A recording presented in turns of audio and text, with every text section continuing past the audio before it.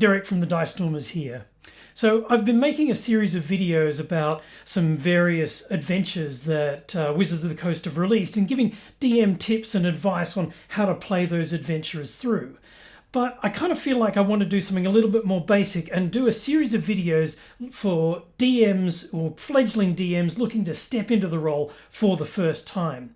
So I put up a poll on our Dice Stormers channel asking people what they wanted me to cover in this series of videos. And so I'm going to be covering some of the things that I think are fairly sort of basic and germane to the experience of stepping into the DM's chair for the first time. But going forward, I really want to hear from you. I want to know what you are excited or nervous about, or what you would like me to cover in these videos. And so I'm very keen to hear from you in the comments about what we should cover. But first of all, if I could please get you to subscribe, because that will help our channel and help us grow. If I could get you to put the notifications on, because that will then alert you when a new video is posted by us, and we can continue this conversation. And thirdly, put in your comments about things that you wanted to see or hear, or future videos that you want us to make. If there's something that I skip over too quickly or that you'd like me to cover in more depth, please mention that in the comments as well, and I'll do my best to focus a video around it. And last of all, click on the like button of this video so that other players can find this video and also get the benefit of it. All of these things are really important, so I'm looking forward to having this dialogue and creating these videos along a set of guidelines that you want to see. So one of the first hurdles that any DM has to encounter is a confidence one. And it's very easy for dungeon masters like myself who've been doing it for 35 years to say, you should just do it. But I feel like that's a bit of a cop-out, you know? So I kind of want to talk a little bit about why it's not such a big step as a lot of people think it is to take that initial step into being a dungeon master. There's this movie that I really like called Fresh, and if it's age appropriate, you should definitely check it out.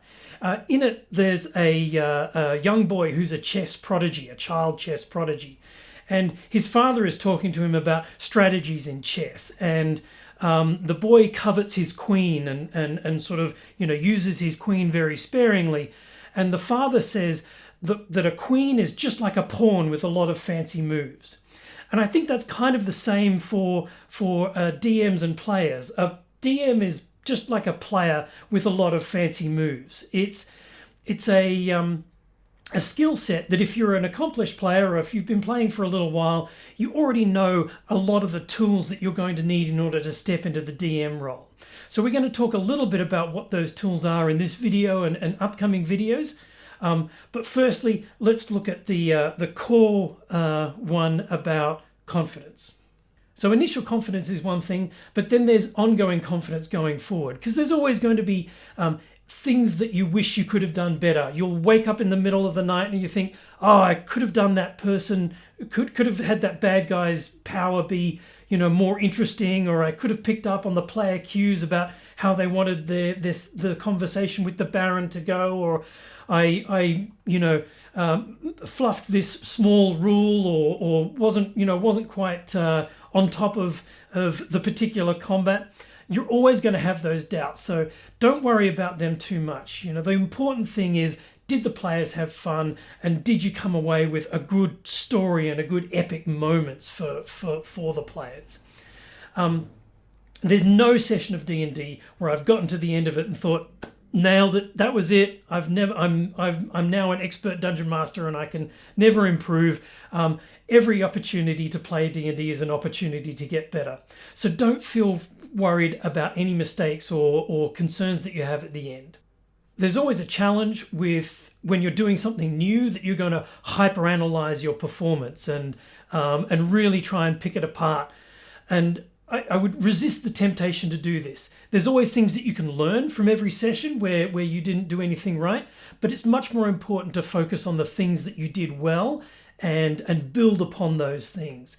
As you get more and more experience with DMing, you'll find that there's a natural flow to this sort of thing, and you'll pick things up better as you go along. make sure you're listening to your characters and picking up on what they find fun about the session.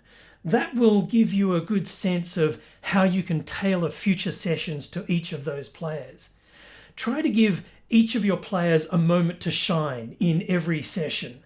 That will be the moments that they walk away with. Those will be the power moments or the wonderful feelings that you get from playing games like Dungeons and Dragons and Call of Cthulhu.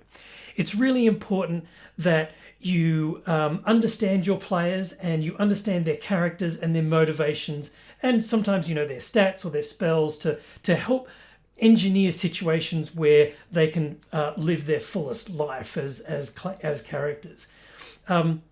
This is something that I really struggle with, especially when I've got a full table, when I've got sort of 5 people and I need to kind of assess all of their needs and try and juggle all of their wants all at the same time.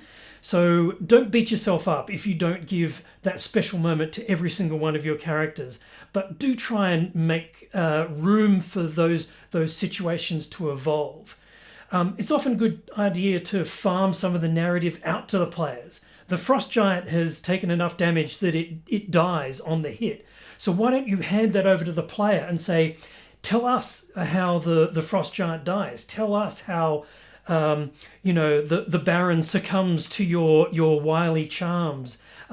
Tell us how you leap across the chasm. What happens when you land on the other side. You might be surprised with what your players come up with, and it gives a wonderful feeling that this really is a shared story and a shared narrative. So try not to ask, was it good or did you have fun? Most players will just say yes and then sort of move on. Try to ask questions that are qualitative about the actual adventure. What was Brogar's favourite moment, or what is Trixax's ultimate goal with her character? What does she want to be, or what feat are you thinking about taking next? Is some good indications about how they're building their character and how they're enjoying their character. Remember that characters start out as a bunch of stats on a piece of paper, but they grow very, very quickly into a fully rounded 3D, three-dimensional sort of being that the player really can love and enjoy and think about when they're not playing D&D. So you need to kind of tap into that energy that the players are providing to you and come up with interesting ways to help them realize that character's dreams and ambitions. And that's a really powerful thing for players to find, that something that they said to you or an offhand comment that they made to the group is suddenly now a part of the story and it's been woven into the narrative. And that way they get a sense that they're really helping to shape this incredible story that you're all telling together. A lot of DMs kind of resist this because they've got a story that they want to make, and I'm certainly guilty of railroading my players. We'll probably get to railroading and sandboxing in another video, but just to touch on it briefly here, anytime that a DM tells the story that they want to tell without any involvement from the players is probably a series of sessions that the players aren't going to feel very satisfied with, like they don't have any agency and they're just along for the ride. So try and avoid doing that. Things will not go to plan, so flexibility is key. To paraphrase Helmuth von Moltke the Elder, he's real, look him up, no plan survives contact with the players. So flexibility is something that can be pretty daunting for a new DM, the fact that anything can change at any time. And it does have that element of improv that kind of makes it pretty challenging for a lot of first-time DMs. But go with it and try and adapt the situation. Sometimes the attempts to win over the Baron go really badly, but he lets you go anyway and maybe sends people to tail the players to make sure that they're doing the right thing. Or maybe the dice just scream TPK and the players wake up in a slave pen or something like that and have the ability to redeem the party and get the adventure back on track. And, don't be afraid to fudge a dice roll here and there if it just doesn't serve the story for that thing to happen at that particular time. Don't be afraid to also go off book. Have a couple of maps that you've downloaded from the internet where you can take the players in a different direction if that's their desire, and have a list of NPC names that you want to use in case the players, instead of going to the inn, want to go and talk to the mayor of the town or something like that. And just having those names ready at a moment's notice is really confidence building, even if you don't get the chance to use them. It's such a small thing that you can do in a session, but it can mean an awful lot to the players. And who knows, you might find the next big bad girl, or the person who knows a little bit more about this than the local barkeep. So I guess one of the things that I wanted to make sure everybody was aware during this is, please don't feel like you cannot make mistakes. Being a DM is just like any other job. Mistakes are part of it, and the mistakes help us grow and learn and do things more efficiently and effective next time. It's really important that you don't let your confidence get shaken by something that you think you did wrong, or something that the players think you did wrong. Keep going and make sure that you try and adjust things so that those sorts of things don't happen again in the future. So does this mean you won't get better? Of course you will. The takeaway from this whole video should be that you need to be in a position where you're free to make mistakes, and that you can grow as a GM or a DM as you get along. It's really important that you listen to your own inner voice, and listen to your players as well, to see what they're going to experience and have fun with in the next session. So please sound off in the comments if this video has helped you at all prepare for your first session, and let us know what you would like me to cover in the future sessions along these lines.